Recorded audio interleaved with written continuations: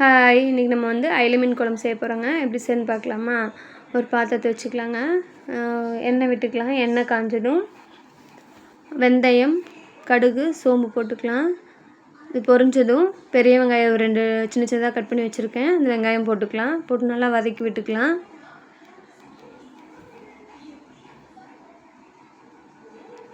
இது கூடவே கருவேப்பிலை போட்டுக்கலாம். 15-20 பல் பூண்டு எடுத்து வச்சுருக்கேன். அந்த பூண்டும் போட்டு நல்லா வதக்கி விட்டுக்கலாம். இது நல்லா வதங்கிட்டு இருக்கட்டுங்க. இப்போ ஒரு பேஸ்ட் அரைச்சிட்டு வந்துடலாம். என்னென்னு பார்த்தீங்கன்னா, சின்ன வெங்காயம், சீரகம், மிளகு போட்டு கொஞ்சம் கொரப்பாக அரைச்சிட்டு வந்துடலாம்.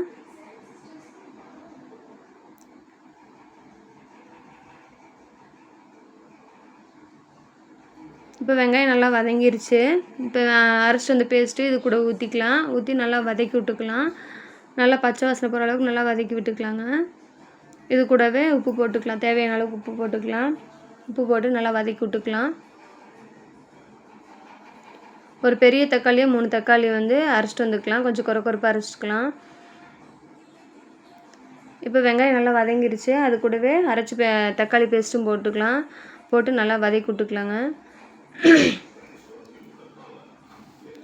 நல்லா பச்சை வாசனை போகிற அளவுக்கு நல்லா வதக்கி விட்டுட்டு இதுலேருந்து லைட்டாக எண்ணெய் பிரிஞ்சு வரும். எண்ணெய் பிரிஞ்சு வர அளவுக்கு நல்லா வதக்கி விட்டுக்கலாம். ஒரு நெல்லிக்காய் சைஸ் புளி ஊற வச்சுருக்கேன். அந்த புளியும் கரைச்சிக்கலாம். அந்த புளி தண்ணியை கரைச்சி எடுத்துகிட்டு வந்துடலாம். அது கூட பார்த்திங்கன்னா என்னென்ன பொடினா மல்லித்தூள், மிளகாத்தூள், மஞ்சள் தூள், குழம்பு மிளகாத்தூள் இதெல்லாம் போட்டு அதுலேயே புளி தண்ணியிலே நல்லா கரைச்சி எடுத்துக்கலாம்.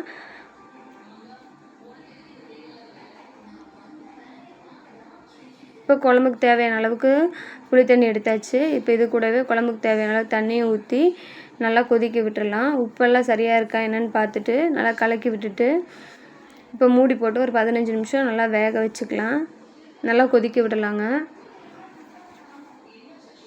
இது கூடவே 3 பச்சை மிளகாய் போட்டுக்கலாம். இப்போ மூடி வச்சிடலாம். நல்லா ஒரு 10 நிமிஷம் கொதிச்சுட்ருக்கட்டும். இப்போ இதுக்கான ஒரு பேஸ்ட் அரைச்சிட்டு வந்துடலாம். என்னென்னு பார்த்தீங்கன்னா, தேங்காயும் சோம்பும் அரைச்சிட்டு வந்துடலாம். இப்போ இது நல்லா கொதித்து பச்சை வாசனையெல்லாம் போயிடுச்சு. இப்போ அரைச்ச தேங்காயை அதில் ஊற்றிக்கலாம். ஊற்றி நல்லா எண்ணெய் பிரிஞ்சு வர அளவுக்கு நல்லா கொதிக்க விட்டுக்கலாம். இப்போ இது நல்லா கொதித்து வந்துடுச்சு. இது கூடவே மீன் போட்டுக்கலாம். மீன் போட்டு சிம்மில் வச்சு ஒரு 5 நிமிஷம் நல்லா கொதிக்க விட்டுறலாங்க. இப்போ மூடி வச்சிடலாம். கொதிக்கட்டும். இப்போ நல்லா மீன் வெந்துருச்சுங்க. நல்லா கொதி வந்துருச்சு. இப்போ எண்ணெய் பிரிஞ்சு வந்துருச்சு. இப்போ இது கூடவே மல்லித்தலை போட்டுக்கலாம். அவ்வளோதாங்க, அயிலை மீன் குழம்பு ரெடி. ட்ரை பண்ணி பாருங்கள், சூப்பராக இருக்கும். பாய்.